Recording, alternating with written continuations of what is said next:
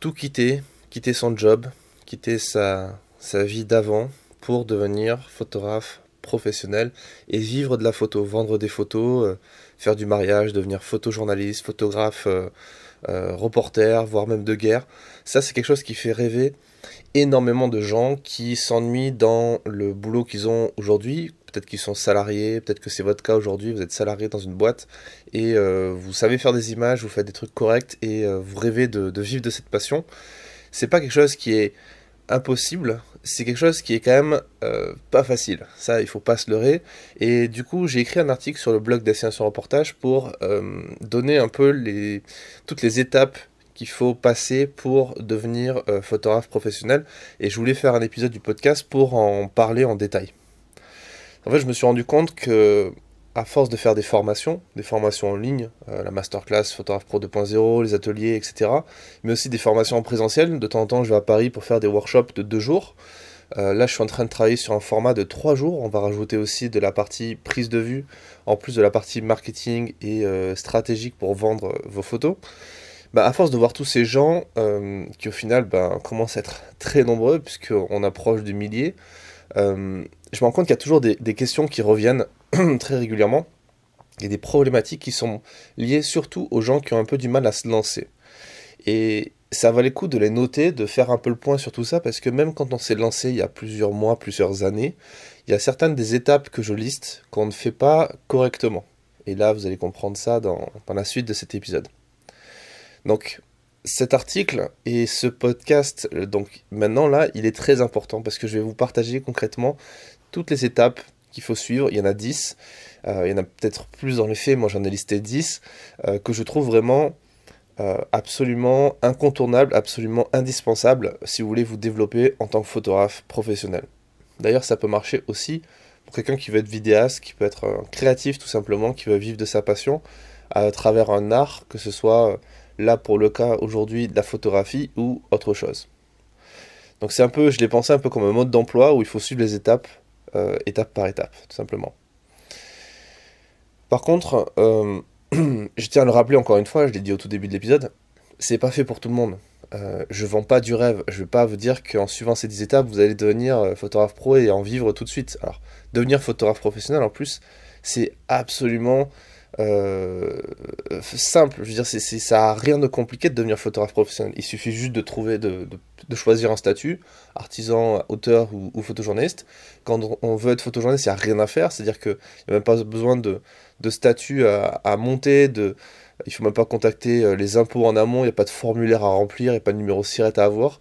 Il faut juste payer ses impôts à la fin de l'année sur ce qu'on a encaissé comme salaire. Donc c'est absolument simple. Tout le monde peut devenir photographe professionnel, dans le sens où tout le monde peut lancer son activité. Tout le monde peut créer une entreprise. Aujourd'hui, c'est de plus en plus simple. Avec les micro-entreprises, l'ancien auto-entrepreneur, c'est très simple, ça se fait en quelques clics sur Internet.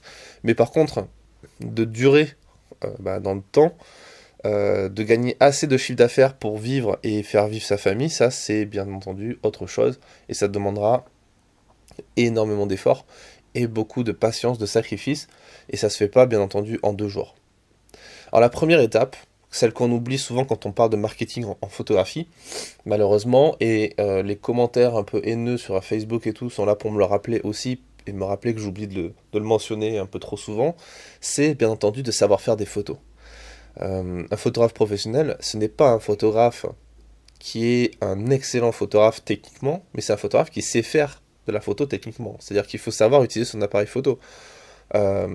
Alors ça, c'est de plus en plus simple. Je veux dire, aujourd'hui, c'est extrêmement simple de se former à la technique photo, d'apprendre la technique photo. Ça prend quelques minutes presque en lisant un bouquin, en lisant un article de blog, en regardant une vidéo YouTube, en suivant une formation. Les appareils photo numériques, ils ont démocratisé ça. Donc il y a une quantité astronomique de ressources en ligne pour apprendre la photo. Il y a des blogs, il y a ce podcast, des chaînes YouTube, etc. Et il n'y a pas de solution magique, il faut apprendre à se servir du mode manuel, il faut comprendre le fonctionnement d'un appareil photo, le fonctionnement d'un capteur, le fonctionnement des optiques. Pas besoin de connaître les lois de physique qui sont liées au fonctionnement d'une optique, mais il faut comprendre le fonctionnement général, parce que sinon ça va être assez compliqué d'être créatif et de développer un style. Donc, il faut ensuite connaître les principales règles de cadrage, de composition. Il faut faire quelque chose de correct. Et je vous le dirai plus loin, mais il faut même dépasser le correct pour faire quelque chose de vraiment très bien. Donc il faut aussi savoir gérer les flashs, les lumières, etc. Et enfin, il faut maîtriser le post-traitement, parce que une photo, ça se développe. Si vous shootez en RAW, ben, vous n'allez pas sortir un JPEG comme ça, comme par magie, il faut le traiter, le RAW. Et même si vous faites un JPEG, il faut quand même le développer dans Lightroom, dans Photoshop ou un logiciel équivalent. Donc tout ça, ça s'apprend. Ça va demander des dizaines, voire des centaines, voire des milliers d'heures de pratique et d'apprentissage. Mais c'est quelque chose qu'il faut absolument faire si on veut se lancer dans ce métier. Le tout sans parler de trouver son style, de gérer les conditions de lumière difficiles, de gérer son sujet, voilà, de faire du portrait, d'avoir une culture aussi photographique pour apporter de la complexité et du dynamisme dans ces cadrages. Bon, bref, tout ça, pardon, tout ça, vous savez que c'est quelque chose, il y a des écoles, il y a des BTS photo pour apprendre à faire ça. Ça dure plusieurs années, c'est pas pour rien, quoi. Ça demande un vrai apprentissage. Et je le disais tout à l'heure, quand on est photographe de presse, en plus, on peut pas se contenter de faire quelque chose de correct. C'est-à-dire quelque chose de passable techniquement, une photo juste bien exposée ou bien cadrée. Il faut en plus raconter une histoire. Il faut aussi apporter une information dans son image. Et tout ça, ça s'apprend. Moi, c'est ce que j'apprends dans les workshops notamment. Et c'est pas pour rien si j'ai des gens qui sont très bons techniquement, mais qui ont du mal à faire ça, à raconter une histoire avec leurs photos. Encore plus pour la presse, parce que le marché de la presse, il s'est cassé la figure, ça c'est pas une nouveauté. Il y a de plus en plus de concurrents sur le marché, et forcément il faut sortir son épingle du jeu, tirer son épingle du jeu et sortir de meilleures images. Donc pour ça, moi je donne un très bon conseil que je retrouve dans le blog, qui est d'être impitoyable quand vous faites votre editing. C'est-à-dire de ne montrer que le meilleur dans vos images. Ne faites pas l'erreur de faire une série avec des images qui ne sont pas fortes systématiquement. Il peut y avoir des images plus faibles que d'autres, mais il faut toujours montrer que le meilleur, parce qu'une photo floue, mal cadrée, ratée techniquement, si elle n'apporte rien à l'histoire, elle va juste décrédibiliser votre travail, et le travail que vous montrez, mais la façon dont vous êtes perçu. Et ça, on en parlera dans l'étape sur le personal branding. Alors, deuxième étape, justement. Deuxième étape, une fois qu'on maîtrise la technique et qu'on sait qu'on veut faire ça, il faut prendre un peu de recul et ne pas brûler les étapes. Il ne faut pas poser sa démission tout de suite, si vous êtes salarié. Une fois que vous maîtrisez la technique, l'appareil photo, le post-traitement, vous n'avez fait qu'une partie du chemin. D'accord ? Et d'ailleurs, il faut comprendre que vous n'êtes pas tout de suite un expert, même si vous savez, utiliser votre appareil photo d'une certaine façon, et vous vous rendez compte que tout le monde autour de vous ne sait pas le faire, c'est pas pour autant que vous êtes l'expert ultime. Et surtout, quand on est professionnel, il faut avoir un mindset, un état d'esprit qui consiste à dire qu'on apprend tous les jours. Et on apprend tous les jours, comme on apprend tous les jours dans la vie en général.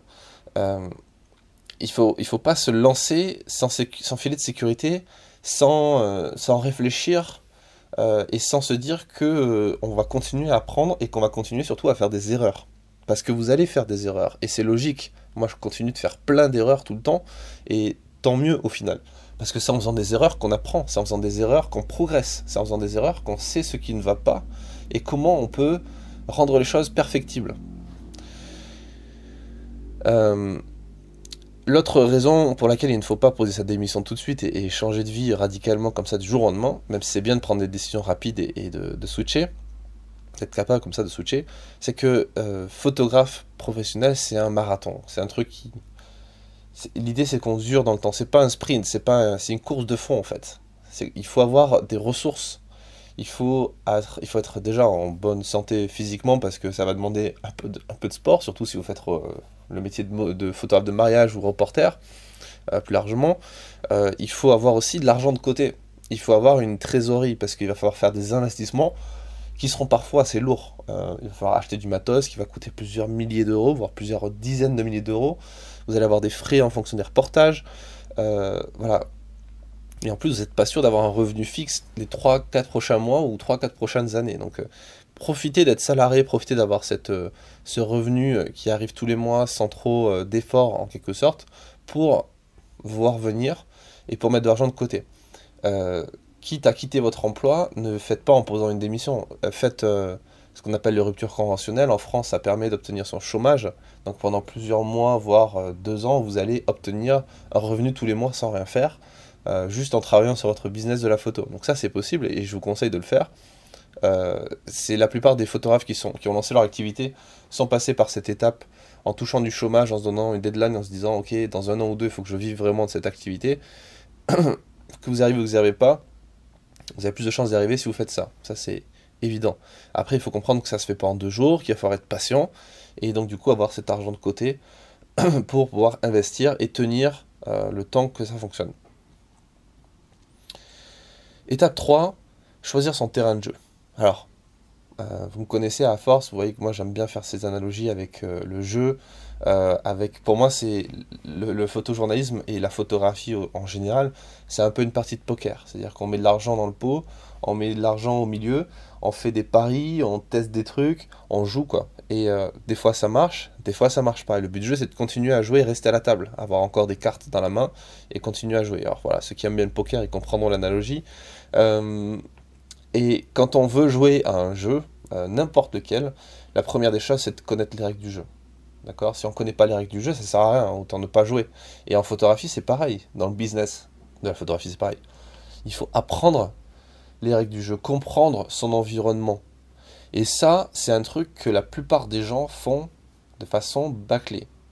Moi, le premier, j'ai fait cette erreur aussi. Quand je me suis lancé dans certains secteurs de la photographie, je n'ai pas bien fait les choses. S'il faut comprendre un truc, c'est que la photographie, c'est extrêmement vaste. C'est une nébuleuse, c'est une galaxie, en fait, avec plein de petits systèmes solaires qui correspondent à des spécialités. Il y a comment dire, le système solaire, en quelque sorte, de la photographie de mariage, celui de la presse, celui du corporate, celui de la photo sociale, avec à l'intérieur du portrait, du bébé, de la femme enceinte, enfin plein de choses. En gros, il y a plein de niches, plein de spécialités qui attendent des photographes, et l'erreur à ne pas faire, c'est de vouloir tout faire, c'est-à-dire de vouloir se lancer, faire du mariage, du corpo, de la presse, du portrait, etc. Et ça ne marche pas, parce qu'on peut pas être bon dans tous les domaines tout de suite comme ça en commençant, et aucun client ne vous fera confiance pour faire tout ça à la fois. De la même façon qu'imaginez, vous baladez dans la rue, vous avez faim, vous voulez vous arrêter dans un restaurant, vous n'allez pas rentrer dans le restaurant qui propose à la carte à la fois des sushis, à la fois des burgers, à la fois des pizzas, à la fois du couscous ou je sais pas trop quoi. Vous vous doutez bien que le mec qui fait ça, c'est un peu bizarre quand même. Il sait pas tout faire, donc ça va pas forcément être très bon. Vous préférez être dans le restaurant spécialisé sushi ou avec tel ou tel genre de sushi ou la pizzeria qui fait que des pizzas mais des pizzas italiennes super bonnes. Voilà, c'est la même chose quand vous lancez un business de photographie. Il faut cibler et de cette façon-là, en ciblant ce qu'on va faire, donc son offre, on va cibler une certaine demande. Et ça aussi, c'est quelque chose qu'on apprend quand on est très jeune, quand on est au collège, au lycée. On apprend la loi de l'offre et de la demande. On apprend ça en cours d'économie, ou des trucs qui ressemblent à des cours d'économie, qui sont pas très poussés, mais c'est tellement important de comprendre ça, la loi de l'offre et de la demande. On le comprend là, aujourd'hui, au moment où je tourne cet épisode, il y a l'épidémie du coronavirus qui fait beaucoup plus parler les médias que les experts réels, et on se rend compte que là, on va rentrer très probablement en période de pénurie sur certains produits du quotidien. Peut-être là, ça commence à être les rayons des pâtes, du PQ, des trucs comme ça, qui sont dévalisés par les gens parce qu'ils ont peur. Et là, on voit la question de l'offre et de la demande. On comprend que si les gens veulent quelque chose et qu'il y a peu de ressources de cette chose-là, ben forcément, ça va se vendre de suite, il n'y aura plus rien. Et au contraire, si peu de gens veulent, je sais pas, on va pas être en pénurie, par exemple, de télévision je cherche un autre exemple, d'alcool, parce que c'est pas forcément un truc qui va partir en premier. Donc, si les gens veulent plus un produit qu'un autre, il faut proposer le produit que les gens veulent, sinon ça ne fonctionnera pas. Et le dernier point important, c'est aussi bien définir qui sont ces gens et qu'est-ce qu'ils veulent. Ok, je veux leur proposer ça, je sais qu'ils veulent ça, mais pourquoi ils veulent ça? Qui sont-ils? Comment ils consomment ce produit ou ce service? Où est-ce qu'ils habitent? Quel âge ils ont? Quels sont leurs revenus? C'est quelque chose qu'on fait quand on cible des entreprises ou des particuliers quand on est photographe social. C'est aussi quelque chose qu'on fait quand on est photojournaliste, qui est la personne dans la rédaction du magazine dans lequel je rêve d'être publié, qui est susceptible d'acheter mes images. Est-ce que c'est l'iconographe? Est-ce que c'est le directeur artistique? Est-ce que c'est le rédacteur en chef? Bref, il y a tout un cheminement à faire qu'il faut faire et qu'il ne faut pas oublier de faire, parce que sinon, vous allez perdre du temps et vous allez voir pour la suite ça va être un peu compliqué. Alors j'avance un peu l'étape 4 qui est choisir son statut. Alors une fois que vous avez bien défini ce que vous voulez faire, que vous savez le faire et à qui vous allez le faire, il faut choisir le statut, et ça c'est la partie un peu chiante du métier, parce que c'est l'administratif, c'est la compta, c'est la gestion, c'est le juridique, c'est le légal. Et pour cette partie-là, moi je vous renvoie plutôt sur des spécialistes. Donc moi j'en connais deux qui sont devenus des amis avec qui j'ai déjà collaboré, que sont Joëlle Verbrugge, qui est avocate, qui est photographe aussi, auteur, qui est basé dans le sud-ouest de la France, et Éric Delamarre, qui lui est basé plus en région parisienne, et qui est spécialiste en gestion, et qui est aussi photographe, et qui connaît ces problématiques. Et ces deux personnes, Éric et Joëlle, ce sont des auteurs de livres spécialisés dans ces thématiques-là. Ils ont écrit chacun plusieurs livres sur la question de la gestion, de la loi pour les photographes, du droit pour les photographes.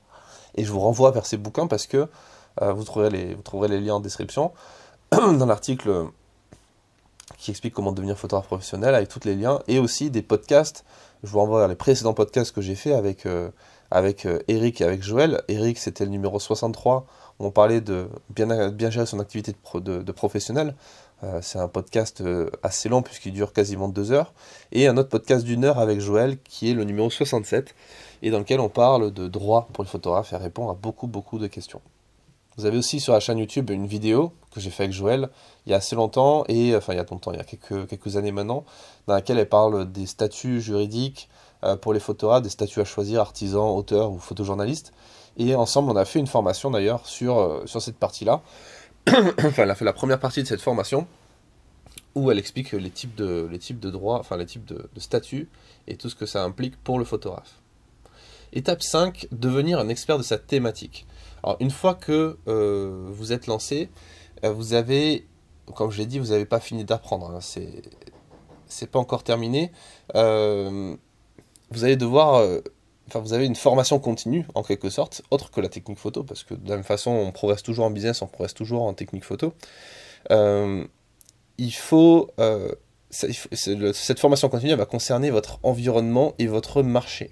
Alors, vous avez déjà fait une étude de marché dans la précédente étape, l'étape 3, mais vous allez la continuer. Parce que pour vivre durablement de la photographie, il faut constamment s'adapter au marché, et le marché, il évolue tout le temps. Tout le temps, jour après jour, il y a des changements dans les rédactions quand on est journaliste, dans les modes de consommation de la photographie et des services de photographe quand on est photographe artisan ou photographe corporate. Il y a les réseaux sociaux, il y a plein de trucs qui bouleversent ces règles du jeu qui, bien sûr, il y a une partie qui reste stable et fixe, et il faut être capable de bien les comprendre et bien les suivre tout au long de sa vie, tout au long de sa carrière, mais il y a des trucs qui changent, et l'étude de marché, bien entendu, elle intervient dans les étapes précédentes, mais elle est aussi en constante évolution parce qu'il faut l'updater, il faut la mettre à jour très régulièrement. Étape 6, s'intéresser au personal branding. Alors le personal branding, qu'est-ce que c'est? Le personal branding, c'est pas juste un truc à la mode dont les marketeurs parlent assez régulièrement parce que c'est un truc qui parle à plein de gens. C'est un élément central de n'importe quel business, que ce soit un business de photo ou un business de, je sais pas, de téléphone quand on parle d'Apple, ou de boisson sucrée quand on parle de Coca. Coca-Cola, ce serait pas Coca-Cola sans un branding sérieusement, rigoureusement construit et consolidé. Et ça, le personal branding, c'est simple, c'est qui êtes-vous? Qui êtes-vous en tant que personne, en tant que marque? Quelle est votre marque personnelle? Quel est votre message? Et comment vous êtes perçu par les autres? Parfois, vous allez voir, je mets l'exemple dans l'article, vous avez un décalage entre les deux. Moi, personnellement, j'ai fait plusieurs articles, plusieurs podcasts dessus, quand j'expliquais un peu aux gens que je n'étais pas un soldat, je n'étais pas un militaire, même si je faisais beaucoup de photos d'armée, et je ne suis pas un connard qui pense qu'à l'argent et au commerce et à gagner du fric. Je suis aussi accessoirement photographe et photoreporteur. Et ça, c'est un truc qu'il faut comprendre et assimiler pour pouvoir être cohérent ensuite dans votre communication et dans votre gestion de clients, dans votre acquisition de clients. Parce que les gens, bien entendu, s'attachent à tout ce qu'ils voient sur Internet, et votre communication, elle laisse penser certaines choses de vous, ou parfois votre non-communication. Et c'est bien le problème quand on s'intéresse pas au personal branding, c'est qu'on laisse faire les autres. C'est-à-dire qu'on laisse les autres définir son personal branding à sa place. Et là, c'est terrible parce que du coup, vous n'avez pas de contrôle dessus et ça peut être très néfaste pour votre activité. Parce que même si prenons pour mon cas, les gens pensent certaines choses négatives de mon activité ou de moi, moi j'arrive à le transformer en quelque chose de positif, dans le sens où si quelqu'un pense que je suis quelqu'un qui est un peu plus qu'un businessman en quelque sorte, qu'un photographe, bah, quelque part, ça peut m'arranger aussi que la personne pense ça, parce que du coup, les gens que je cible, les gens intelligents qui ont envie de se former au business, qui ont compris que la photographie c'est un business, peut-être que c'est votre cas si vous écoutez ce podcast, je pense que c'est le cas parce que ça fait un moment qu'on se parle et que vous êtes toujours là, vous avez compris l'intérêt et l'importance de gagner de l'argent avec ces photos, et si vous avez compris surtout que c'est pas la totalité, parce que j'ai commencé par dire que d'abord il faut être un bon photographe, il faut savoir faire des photos techniquement, forcément vous allez vous intéresser à ce que je fais comme boulot et ce que je fais comme formation. Et vous allez peut-être vous former avec moi ou avec quelqu'un d'autre, peu importe. Mais vous allez vous former, vous allez progresser. Et ça, c'est important pour mon message personnel. Donc parfois, c'est bien de laisser parler aussi les gens par rapport à ça, mais il faut toujours le maîtriser, il faut toujours en avoir conscience et le suivre parce que c'est vraiment important. Ensuite, le personal branding, un dernier truc dessus à comprendre, c'est qu'il ne faut pas être fake, c'est-à-dire il faut être cohérent avec ce qu'on donne aux gens, ce qu'on apporte, surtout comme valeur aux gens. D'accord? Ça, c'est vraiment important. S'il y a un truc que vous deviez retenir de ce podcast, de cette partie sur comment se lancer en photo, c'est que peu importe quelque part vos photos, peu importe votre style photographique, peu importe votre type de client, peu importe tout ça, tout ce qui compte, c'est la valeur que vous apportez aux gens. La valeur que vous allez faire passer à travers vos contenus, vos photos, vos prestations, vos articles, vos vidéos, n'importe quoi.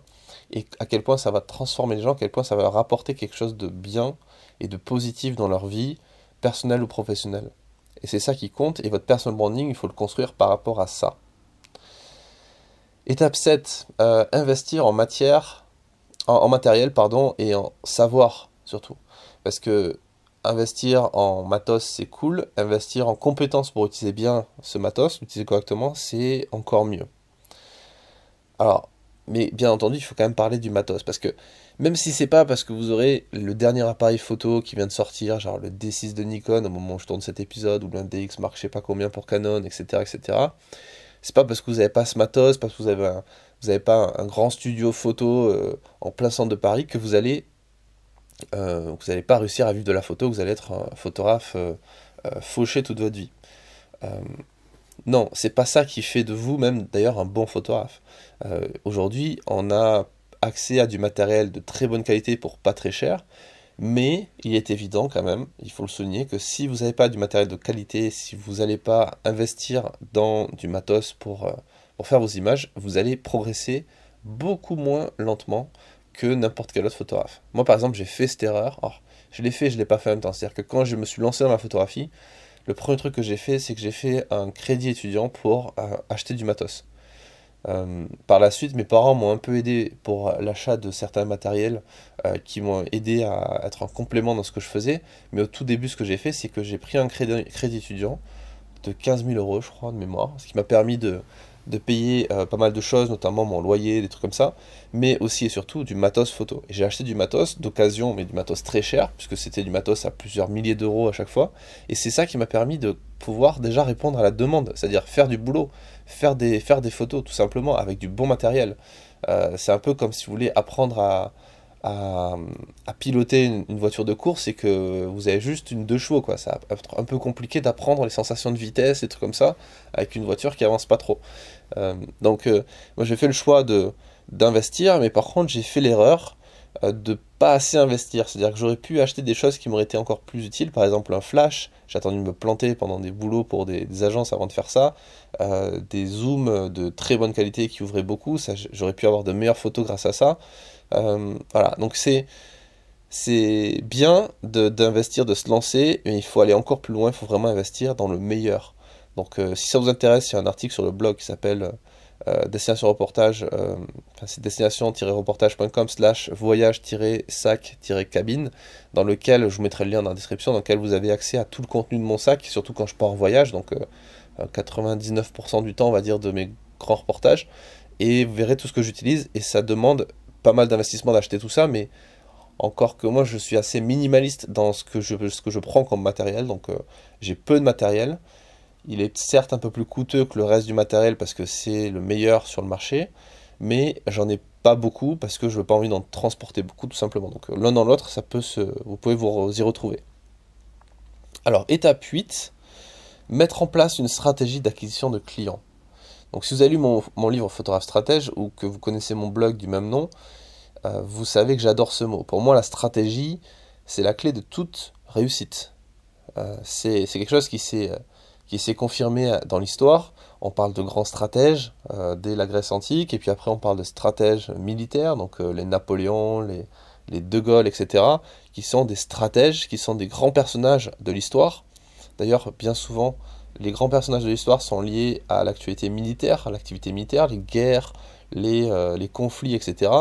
Même si la guerre, c'est pas cool, ça reste quand même un super laboratoire de stratégie et un super exemple pour vous en tant que chef d'entreprise pour voir ce qui fonctionne et ce qui ne fonctionne pas, et vous faire grandir en termes de réflexion, en termes de stratégie pour mener à bien cette bataille qui n'est pas une bataille comme on l'entend au sens premier du terme, mais plus comme une lutte contre vous-même et contre un marché dont la victoire, en fait, c'est pas de vaincre un ennemi, mais de vivre de votre passion. Et il n'y a pas de victoire sans plan de bataille, et il n'y a pas de réussite sans stratégie. Ça, c'est un truc qui est évident. Si vous n'avez pas de plan, si vous n'avez pas de stratégie, vous n'allez jamais atteindre les objectifs que vous vous fixez. D'ailleurs, il faut même se fixer des objectifs, ça fait partie déjà de la façon de les atteindre. Et dans notre cas, le nerf de la guerre, ben, c'est l'argent. C'est l'argent qu'on va gagner en vendant des photos ou en vendant des prestations photos. Donc pour gagner de l'argent, il faut trouver des clients, il faut trouver des gens qui vont nous en donner en échange de ce qu'on va proposer comme valeur. Et pour y parvenir, à avoir ces gens-là, il faut les toucher et il faut vendre. Donc si vous avez bien fait l'étape 3 précédemment, donc je vous laisserai écouter cette partie-là ou aller sur le site sur Destination Reportage pour voir l'article. Il faut tout simplement poursuivre la réflexion. C'est-à-dire que dans l'étape 3, on a commencé à identifier ces gens, à réfléchir à comment ils vivent, comment ils pensent, comment ils sont, qui ils sont exactement et ce qu'ils veulent. Bah, tout simplement, il faut continuer à réfléchir à où sont-ils et comment les démarcher, comment les contacter. Peut-être qu'ils sont sur Facebook, peut-être qu'ils sont sur Instagram, peut-être qu'ils sont sur LinkedIn, peut-être qu'ils sont dans la vie, ils sont peut-être déjà dans votre vie autour de vous, dans votre cercle familial, votre cercle professionnel. Il suffit juste d'aller les voir et de leur proposer votre offre, tout simplement. Donc beaucoup de gens se font une montagne de la vente, ils se disent je sais pas vendre, je suis mauvais vendeur, je sais pas me vendre, etc. Mais la vente, c'est juste de la conversation. La conversion, c'est la conversation, c'est un truc qu'on apprend en marketing, c'est assez basique, mais c'est élémentaire, c'est-à-dire que, une fois encore, l'offre et la demande. J'ai faim, tiens, un restaurant, et ben voilà, une vente dans un restaurant. C'est juste que vous apportez ce que recherche la personne au bon moment, au bon prix, avec la bonne proposition de valeur. Voilà, c'est aussi simple que ça. Étape 9, l'avant-dernière étape, avant de terminer cet épisode, c'est de s'entourer et de ne pas rester seul. Et ça, c'est une des erreurs que font beaucoup de photographes, surtout quand ils se lancent, c'est qu'ils se disent que ok, c'est un métier de solitaire. Et effectivement, la photographie, c'est un métier de solitaire. Il faut aimer être seul, il faut aimer passer du temps seul derrière son appareil photo, seul derrière son ordinateur, seul à galérer, seul à voir ses obstacles, seul en plein dans la tête. Mais on peut ne pas rester seul, et il ne faut pas rester seul. Il faut s'entourer d'autres photographes, des gens qui ont déjà atteint les objectifs que vous êtes en train de vous fixer. Parce que le cerveau humain ne pense qu'en termes de comparaison. C'est-à-dire que on ne peut pas croire à quelque chose tant qu'on ne l'a pas vu. Donc ça, c'est dans la Bible. On ne peut pas croire à quelque chose qu'on n'a pas, dont on ne sait pas que c'est possible. C'est-à-dire que si demain je vous dis, oui, vous pouvez gagner 1 million d'euros par an en vendant des photos, vous allez dire que je suis un gros escroc et que je dis de la merde. Et si par contre je vous montre que moi par exemple j'ai gagné 1 million d'euros, je vous rassure c'est pas encore le cas, mais j'y crois encore, si je vous montre ce résultat là, bah, vous allez dire ah ouais, d'accord. Donc vous avez peut-être encore cette réflexion de vous dire ah ok, le mec c'est vraiment un escroc, il a manipulé son truc, il a photoshopé ses comptes, je sais pas quoi. Mais si vous voyez que c'est vrai, et que vous êtes quelqu'un d'intelligent, vous allez vous dire, et vous n'avez pas dépassé le cas de ah ouais, t'as de la chance, etc. Et vous allez peut-être vous dire, mais moi aussi je veux faire ça. Et comment je peux faire ça? Et ça, c'est vraiment important. Il y a trois façons, j'avais déjà fait un podcast sur ça et un article sur ça, mais il y a trois façons de réagir au succès des autres. Soit on s'en fout, et là on progresse pas dans sa vie, mais parce qu'on n'a pas envie de progresser dans sa vie, et on s'en fout, tout simplement. Ce qui est peut-être 80% du temps pour les gens, hein.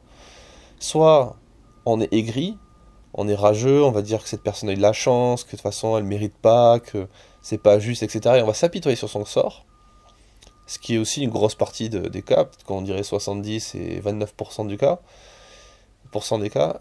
Et il reste un petit pourcentage de gens qui vont réagir d'une autre façon en se disant mais putain c'est génial, je suis content pour toi, pour ton résultat, et j'ai envie d'avoir pareil, j'ai envie de faire pareil, j'ai envie de tester ce que tu as fait pour voir si ça va fonctionner pour moi. Et là, il y a peu de gens qui le font. Parce qu'il y a peu de gens qui se lancent dans ce métier en se disant, ok, je vais me rapprocher de gens qui ont réussi à faire ça et je vais faire comme eux dans un premier temps, et puis après je vais trouver ma propre voie et je vais y arriver. Il y a peu de gens qui font ça, il y a peu de gens qui sont capables d'avoir l'intelligence, parce que pour moi c'est une vraie intelligence. L'intelligence ça veut rien dire dans le sens où c'est pas un test de QI qui fait de vous quelqu'un d'intelligent ou pas, c'est les choix que vous faites dans votre vie. Et pour moi, ce choix-là, c'est une vraie preuve d'intelligence, parce que derrière il y a des vrais retours, parce que derrière il y a des vrais résultats, et parce que derrière ça vous fait grandir en tant que personne, en tant que photographe.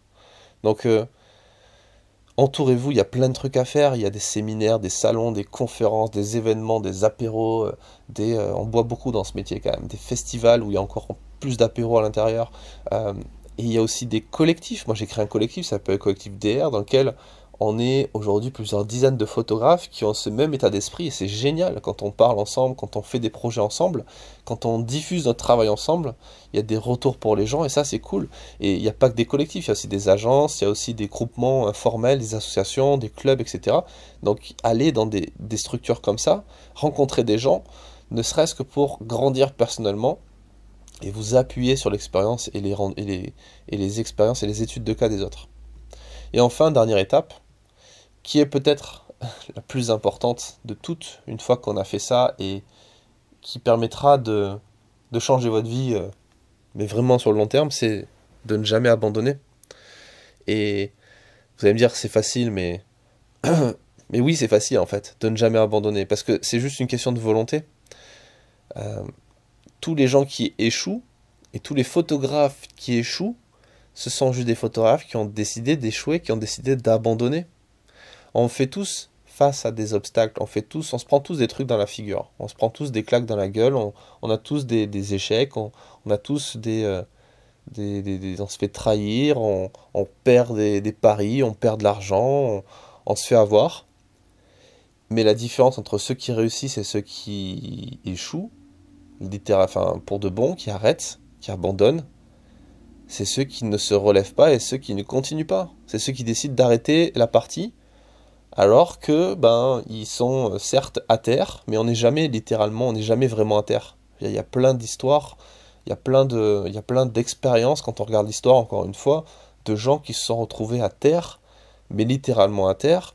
Des mecs comme par exemple Walt Disney. Walt Disney, avant de créer un empire et de rentrer dans l'histoire et de changer le cours de l'histoire aux États-Unis, avec ses dessins animés, avec son parc d'attractions, avec tout ça, c'est un mec qui s'est retrouvé plus bactère, qui vivait dans les poubelles pendant quelques temps parce qu'il n'arrivait plus à payer ses employés. Il y a un excellent film qui en parle sur Netflix de mémoire. Euh, le mec qui s'est retrouvé sans rien, plus bactère. Il pouvait même plus rentrer chez ses parents, il dormait dans la rue dans les années d'entre-deux-guerres où c'est pas forcément les meilleures conditions sanitaires du monde pour vivre dans la rue. Euh, et pourtant, derrière, il s'est relevé, il a créé un empire. Il y a plein de gens comme ça, tous les gens qui ont du succès aujourd'hui, les multimillionnaires comme Jeff Bezos d'Amazon, les gens d'Apple, etc. Le créateur d'Apple, Steve Jobs, c'est des gens qui ont commencé dans un garage. Alors certes, dans le garage d'une maison pavillonnaire, parce que leurs parents gagnaient bien leur vie, mais c'est des gens qui partent quasi de zéro dans leur activité. Et on ne pourra jamais dire en comment dire de façon crédible, en toute intelligence, on pourra jamais dire non mais là j'ai pas le choix, je peux plus.